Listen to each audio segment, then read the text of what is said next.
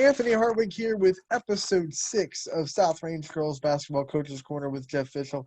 Jeff, thanks so much for joining us this week. As always, very, very happy to be here. It's been a minute. We have a lot to kind of talk about because we haven't talked to you in, I think, almost 2 weeks. Let's go back to the first game against Poland. You lost by 10, and you said something after that game while we were talking off the coach's corner, of course. You said when good teams play like that, not enough credit is given to the good teams that win. It's always, why did you lose if you're on the losing end of that? Can you kind of go into what you meant by that and kind of the things that you saw when you did lose to Poland the first time and how much credit maybe is lacked from the teams that win those kind of games? Yeah, I think that any time that you play a basketball team that's as good as Poland and you lose, there's no shame in that because that's what they do to everybody. They just win. And so, when people ask, what was the key tonight? Why didn't you play well? Why didn't this happen for you? Or why? Well, it's because of how good they are and how well they do things. They're just flat out able to do that to teams. And so I think that they probably, and it's not just Poland, it's good teams across the board, don't get enough credit for being good teams. It always seems like people wants to make excuses for the teams that are bad or the teams that lose. And, we weren't going to do that. We weren't going to walk out of that gym feeling bad about losing to Poland because we're not the only ones that happened to, and we knew that we had another shot at them and we were going to get busy and get better. When you just look at that game and the breakdown of it, what kind of the lead for so long? What kind of changed in that game? And when did you kind of sense that maybe things were kind of shifting to Poland's point of view in that game? Well, anytime you play them, they make it really difficult for you to score. And when Jackie hit the 3 at the end of the third quarter, that put them up 4, and it felt like 40 because 4 is a big number against them. Is 2 quick buckets and you're right back in it. But that's a tall task against them because they frustrate you so much. And we just did not recover from her hitting that 3 at the buzzer. That just sort of crushed our spirits, and we weren't able to respond in the fourth quarter. In the next couple games after that, you guys got big wins. How much did you see your team kind of wash that loss off and go take care of business in the games to follow and not let it kind of carry over into the next couple games? They knew they had to. We've talked all season long about the process, and that if we let that loss to Poland interrupt our process, then we weren't accomplishing the things that we set out to accomplish, and we weren't paying enough respect to the things that we had already accomplished and the work we had put in. And they knew that we had, I think, two of the games in between that we played were league games. And we knew that if we wanted to share the league title, we had to take care of business in those games, or we wouldn't even get the chance against Poland for it to be meaningful. So we knew we had to show up every night, and credit to the girls. They did that, and I'm awful proud of them. Do you think handling a loss to Poland was a lot easier considering the other stuff that this team has had to go through this season, and it seemed kind of small compared to the stuff they'd already gone through? Well, we had some real reality checks this year that this thing's a lot more than just basketball and wins and losses. And so I think we appreciate the fact that we were able to be together and we were able to play a basketball game, but our hearts were in that one. And, I don't really care what the circumstances are. Losing a basketball game is never easy for us. So, we were upset. We were hurt that night. We did not like that feeling. So I don't know that it really matters what happened as far as everything else. When it comes, the wins and losses still feel the same. Like you said, you had a second chance at them, and you got that second chance on Saturday. Before we talk about that game, there was a moment before where you guys honored their athletic trainer for the work that she did during Izzy's injury. Can you just go into what went into that decision? Was it Izzy that said she wanted to do something? Was it a team decision? And then what that moment was like for you to see it as a coach? I don't know really where or the decision exactly came from, but we had talked about that night. We knew that we had to do something for her. Kirsty Bornius, she was amazing. She was by Izzy's side within 5 seconds of her fall, and she was there the whole time, and she made sure that she did everything perfectly to make sure that Izzy was okay, and got on the ambulance the right way. And she was checking in with us through the night and the days that followed, multiple times. So that's just one of the people you want to have around, because you can tell how big of a heart she has and how much she cares about the kids. So we're kind of forever indebted to her just for her selflessness and how quickly she acted, and just makes you feel good to know there's people out there like Kirsty. I mean, I got to tell you, the way that both teams responded to that moment, and the way that kind of there were moments outside of the game, outside of the clock. If the clock stops, someone's on the ground, pick them up. That just show that with 32 minutes, we're going to go at each other. But the mutual respect, not just from the coaches, but from the players to the players, was at a level that I really don't see too often. Have you ever been a part of a game or a matchup like this where you really want to beat each other? You're going to go hard for 32 minutes, but the mutual respect is just so high outside of those 32 minutes. I don't know if the NE8, it being 3 years old, if Poland and South Range have a history that's long enough to say that we're rivals yet. But if you can't say that right now, within the next couple of years, you're going to say South Range and Poland are rivals. And when I played, and even in coaching, when you play your rivals, that's not the feeling you have. You, for lack of a better way, you hate them. Right? And you respect the heck out of them, but that the level of respect that our girls program and their girls program has for each other is something I've never experienced.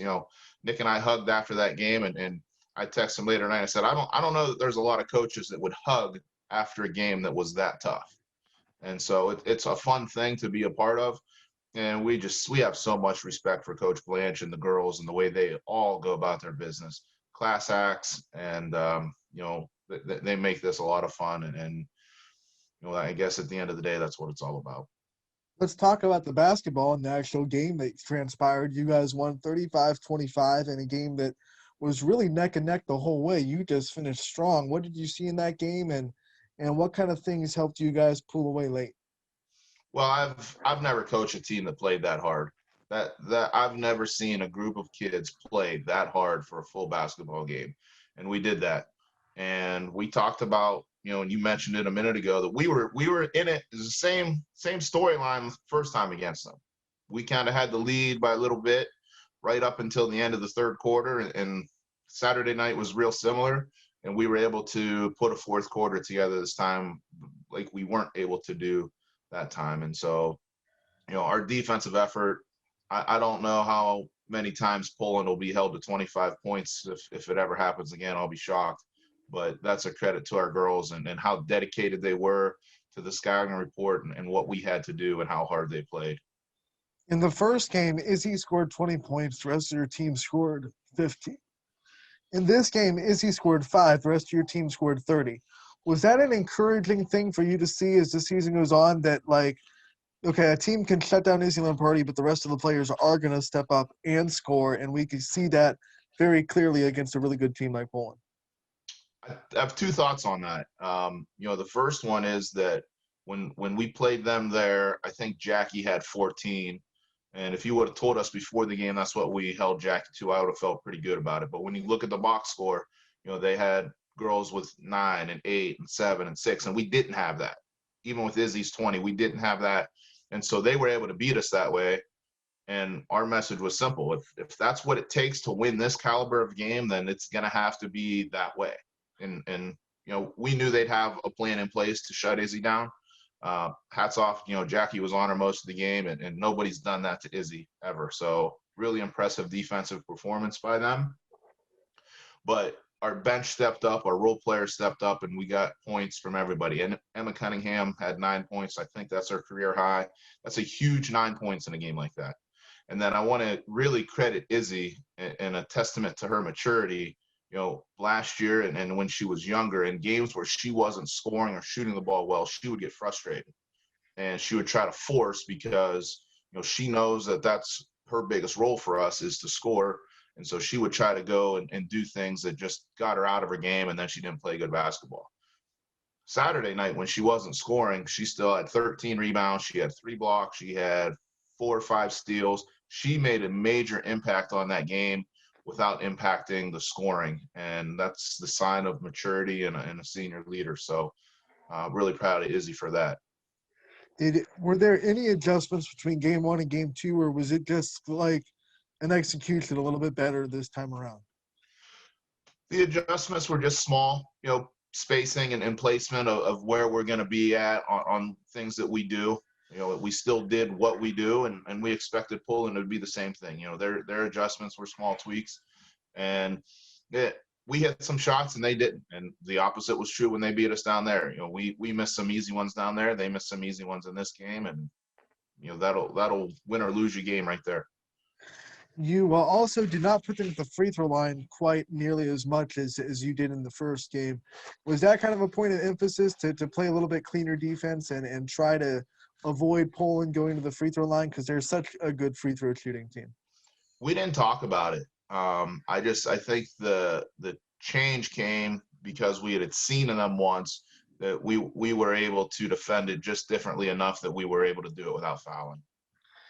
All right, it's officially tournament time. You kind of focus on the brackets. I'm sure you've looked at them over really hard the last couple of days now that you can focus on your matchups.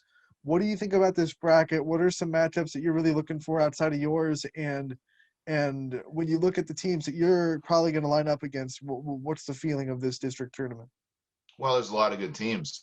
This is a good district, and we're gonna have to play well in every game if we want to advance. And Crestwood's got a really nice player, and then they're well coached, and we're gonna get them Wednesday night to start this thing off, and hopefully things go our way.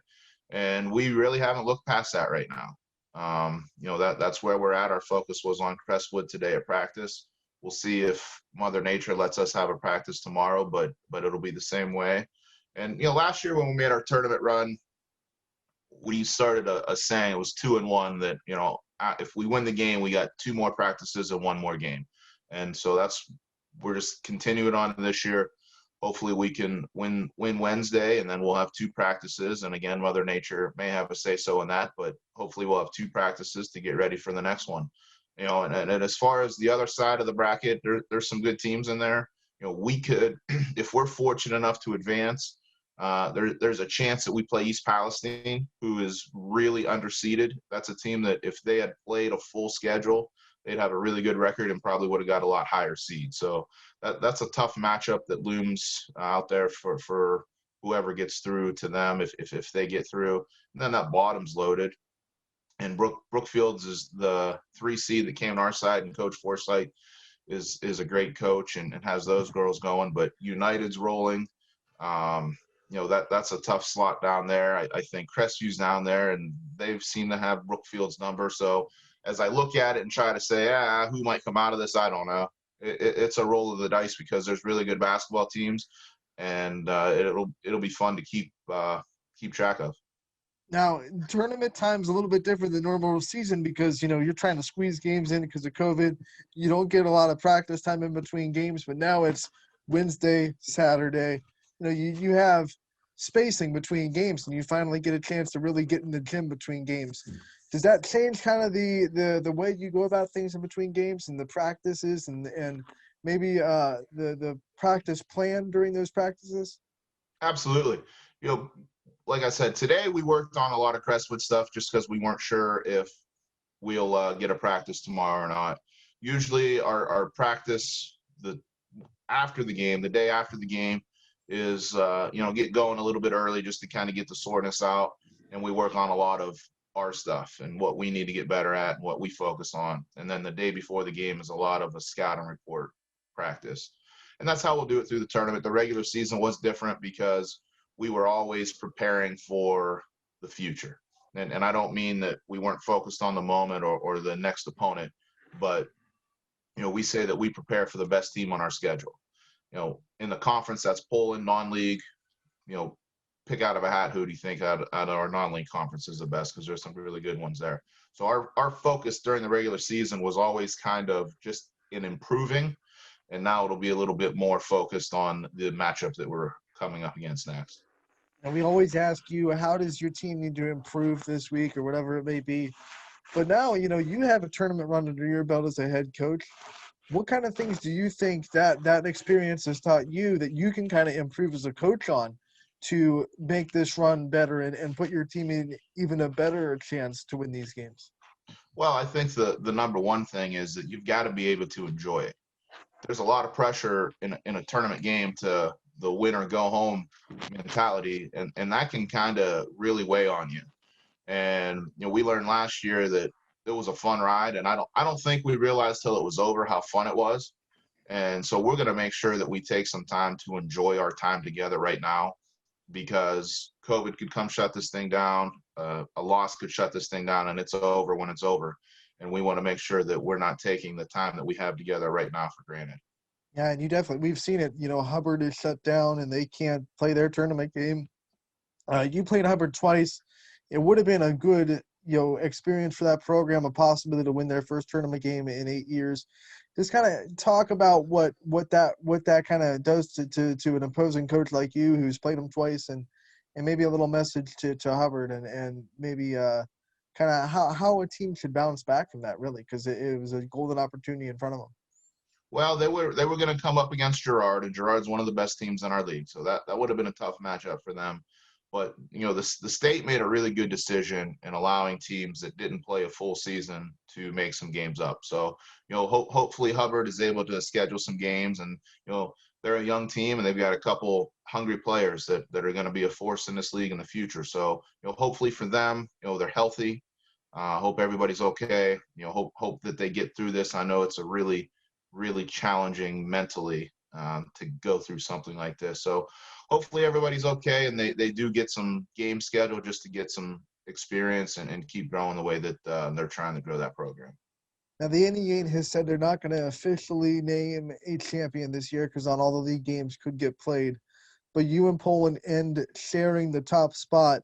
What does that mean to you in that program to say that, hey, we're sitting at the top with Poland and that was one of our goals, and now you can check it off the list?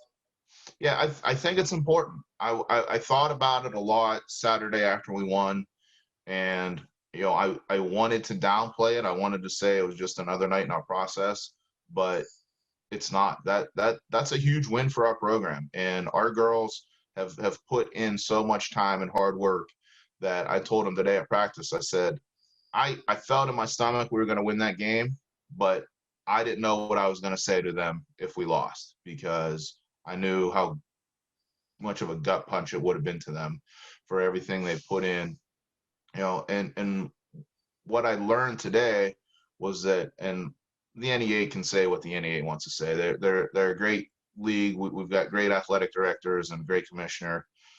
We're league champions. Whether or not they want to recognize it or not, we played 14 games. We played our full league schedule. We're 13-1. We'll share it with Poland. They're worthy adversaries. We have no problem with that. But we're league champions, and nobody's going to tell me any different. And this is the first, since the NE8's been formed, this is the first league championship that any of our girls programs have won, and we're awful proud of that. And when you look at what it can do for you, what kind of – I mean, obviously you already have a super confident group of girls. I don't think confidence has ever been a issue with you guys. But what does it do for that confidence going forward in the tournament, saying that, this team had their number or whatever and they finally got to check that box? We've got the blueprint. I think if they realize that if they play as hard as they played against Poland, and that's not an easy thing to do. If we can get back to that level and we play that hard, I'll take us in any team we play.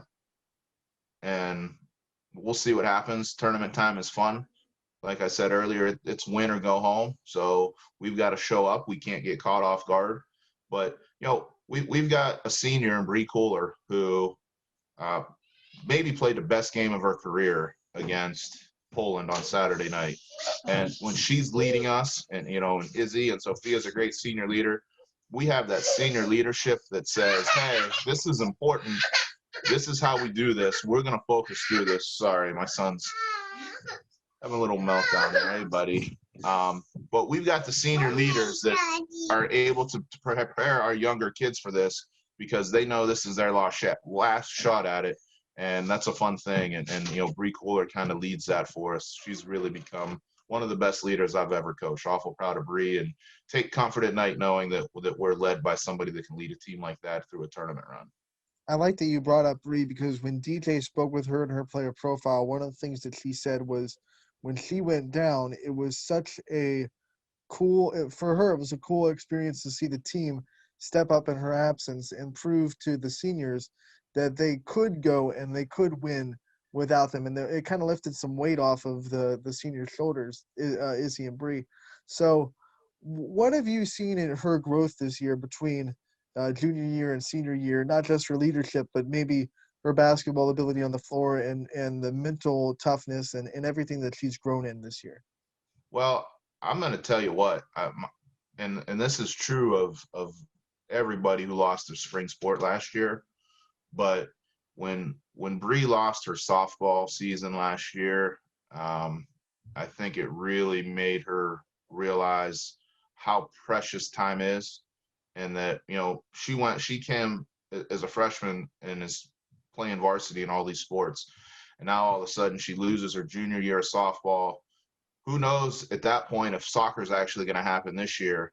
And, you know, her injury kind of brought that to the front of her mind, and she's not taking anything for granted. And, you know, she went from a junior level leadership to she's like college level leadership now. She's such a good leader and has such a good attitude. And that's because she realizes that this can be taken away at any point, and she doesn't take anything for granted. And she does a really good job of getting that message to everybody on our team. And it's been fun to watch. I think one of the best things as a coach is watching those moments and watching the younger kids mature. And, you know, Bree's certainly been a special one to be around, and she's going to do great things, you know, at YSU and softball and whatever she wants to do for her career. She's going to be a special person. Okay, before we let you go, the social media question today is a fun one, and I want to see your kind of response to it. You can pick one of your players. You can pick one of your opponents. You can pick maybe a player that you've seen before this year, before years past. What local student athlete would you want on your side in a snowball fight? Well, you know, I saw that earlier, and I actually saw it when Bree was walking in. So my answer is Bree. I saw Coach Luckland put that on Twitter. I said, Bree, I'll make them. You softball pitch them. We'll destroy these people.